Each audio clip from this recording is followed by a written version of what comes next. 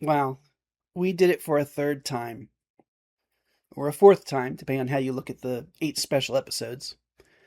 This has been a long, winding process filled with hopes, dreams, aspirations, and like 6 broken Thrustmaster HOTAS flight sticks.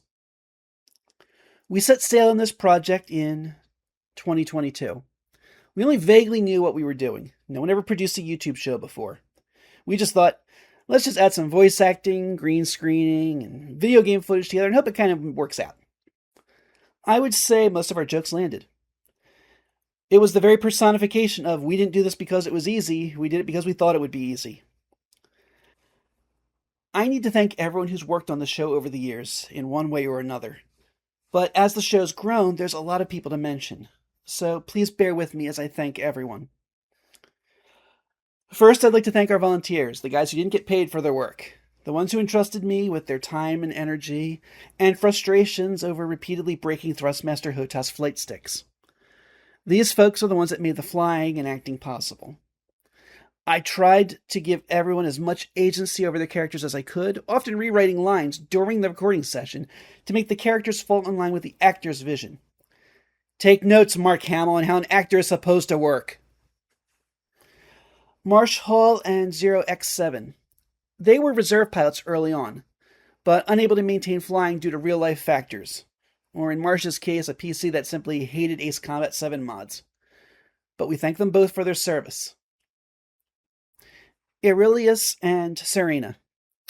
Aurelius actually used to be my boss in the real world. Serena is a sister. I brought them in as part of my AI testing, so their voices are always AI. And as a result, Harold always sounded kind of aloof, and the various characters Serena voiced sounded somewhat like robotic Valley Girls. But their help allowed me to improve my AI skills. Inina brought the voices of AWACS Athena and later Saber into the fold. I really appreciate her availability and willingness to work with me. She has a perfect voice for an operator. It's like if a Gundam 0081 style game ever gets released in the US with an operator character, she ought to voice that role. Lady Deathscythe is a longtime friend. I've been friends with her since 2001 or so, back when she was 14. Only met her in person once, but she's a good friend, and her willingness to help out with some of the roles was very much appreciated. Reason voiced the Condor air traffic control operator. His character development consisted entirely of getting gradually hammier with each performance, but it was appreciated.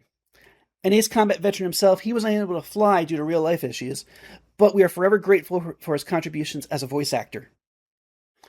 Jack Aran was primarily the voice of AWACS Turtlebox. Occasionally he would do some flying, and when doing so, he was an excellent aerial coordinator, helping me get all of the aircraft where they needed to be on camera. Mongoose. The biggest surprise in my life was watching you climb into a real-world F-18 cockpit and then indicate that you felt perfectly comfortable in it. Truly fatso energy. Your ability to say the most out-of-pocket things like their common sense rivals Leslie Nielsen. And as one of the backup pilots, you were extremely helpful. Hawk, you've been one of my best friends for 28-ish years now? And we've never met in person? Typical modern friendship. You've got great piloting skills and a great voice, so much so that I've heard from a couple people that you really sound like you ought to be an Ace Combat mission briefing officer.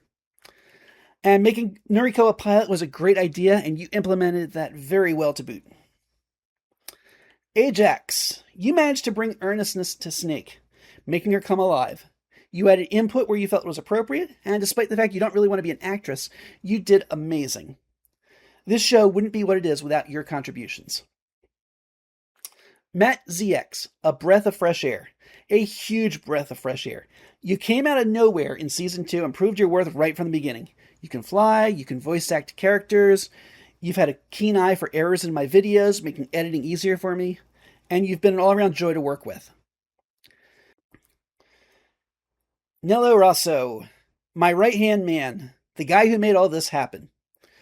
I'm an Ace Combat casual fan. I enjoy the franchise. I've played 4, 5, 0, Infinity, X, and 7, but I'm a comparative lightweight. When I have questions about Ace Combat and I need them answered, Nilla was my go-to guy. He's our Ace Combat knowledgeician, our lore master, the guy who keeps the facts and figures straight. And he made Clyde come to life. He's also liked and reposted most of the Unlimited Hornet Works posts on X. Nilla is a great guy, and the reason we managed to pull off 48 episodes of the show. Now the one you really wanted to hear about, Guest Battler V. How to describe Guest Battler V? Imagine the reputation Bill Murray and Chevy Chase built up for being difficult to work with on set. Combine them, multiply them by 4, and that's Guest Battler V. Guest Battler V is the most difficult person to work with in the world. He's on par with a 56-year-old nurse calling the IT help desk. And yet, despite this, he's the only person other than me to participate in every single action of the show. Without fail, he has answered the call every single time. And without fail, he made you regret it every single time. One does not simply meet Guest Battler V. One encounters him. Me, Hawk, and Ajax encountered him during our Ace Combat Infinity days, where he would show up, fly in a straight line, crash into invisible walls 3 missions in a row, and then leave. He has been on brand and in character this entire time. Lady Guest Battler is a nice, charming woman, though. Now, I have to be careful how I phrase this part, because Nexus Mods has become the Reddit of mod websites. I'd like to thank our military-industrial complex, the people who made the special effects part of Ocean Rhino Pilots possible. Strike Freedom X2, Lancer Rinse, Eurovogel. The 3 of you put in a lot of hours, often working with each other to get skins or models or weapon combinations working. The V-55s, the Block 3 Echoes, Invisible Weapons, VFA 69 skins, swapping game models for custom models, the Charlie model. It's thanks to the mods I got to do things I couldn't even dream of when we started. The moment I found out that aircraft mods were possible, I knew I wanted Aigion to be the final villain. I never played Ace Combat 6, but I fought every Aigion variant in Infinity. I loved each and every Aigion mission. That said, the downside was the Block 3 Echo was always a pain in the butt to work with, especially as I needed more variations of it. My biggest regret for Season 3 was even having the Block 3 Echo. I was really appreciative for the work that Eurovogel put into it, but it was nothing short of a hassle every single time. I'd like to thank Boeing for being the main contractor of the FA-18 family of aircraft. Their production line ends in 2027, so if you haven't supported the official release by purchasing your own FA-18, I really think you ought to get on it and get one while you can. What would I have done differently about Ocean Rhino Pilots if I could start over?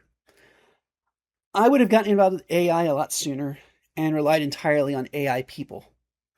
Future projects will be featuring more AI anime-style characters with Ace Combat battle footage. The Unreal Engine Unlocker did a great job helping us get wide and panning shots, as well as the aircraft carrier cat shots and traps. But everyone can tell it's heavily reliant on 2 specific missions of Ace Combat 7. I think if I had known this was going to last 48 episodes, I would have made it a land-based show and probably land-based aircraft, more like a comedy version of Area 88. Is this the end of Ocean Rhino Pilots? Well, yes, but actually no. We're going to be doing little special presentations until after Ace Combat 8 comes out. As both Ezekiel and Crown, I take full credit for the FA-18 being the headlining aircraft of Ace Combat 8, by the way. As of June 15th, 2026, you all know about as much as I do about Ace Combat 8. All I ask for is I hope for custom skins to be possible in multiplayer, so that I can have Ace Combat 8 be our flying platform and bring the VFA 69 skins back. The last thing I'll say is to our audience. Thank you for watching our show. And thank you specifically to Bruno Cunhago, Lacus Klein, Tad Alabro, Hector Arcia 2. You guys contributed a lot on X or commenting our videos, and I really appreciate the engagement. I'd like to give a special shout out to OADF F-15E pilot, because he's the single biggest addition to our subscriber count. Naturally, we thanked him by having Fatso shoot down 3 F-15Es, but in my defense, in a vacuum, that was very funny. I hope you'll all keep Unlimited Hornet Works on your radar. There are other projects we'll be undertaking to replace Ocean Rhino pilots. Some comedy, some more dramatic. All fighter jets, though.